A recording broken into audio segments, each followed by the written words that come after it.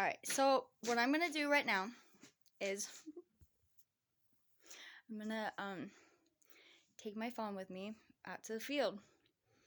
And I'm going to show you what I do is, okay, so what I want you guys to do when you have a lot of wind and say like it's really, really windy and you want something to do, just something fun.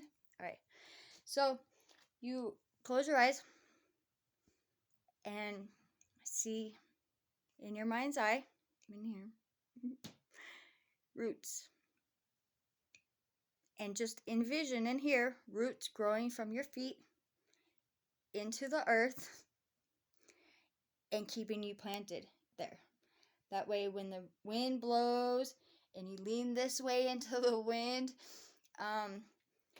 you're grounded right there. And what I like to do is lean into the wind and see how long I can sit there and lean to the wind till it knocks me out. And that's I don't know. So I'm going to go out there and show you how I do it.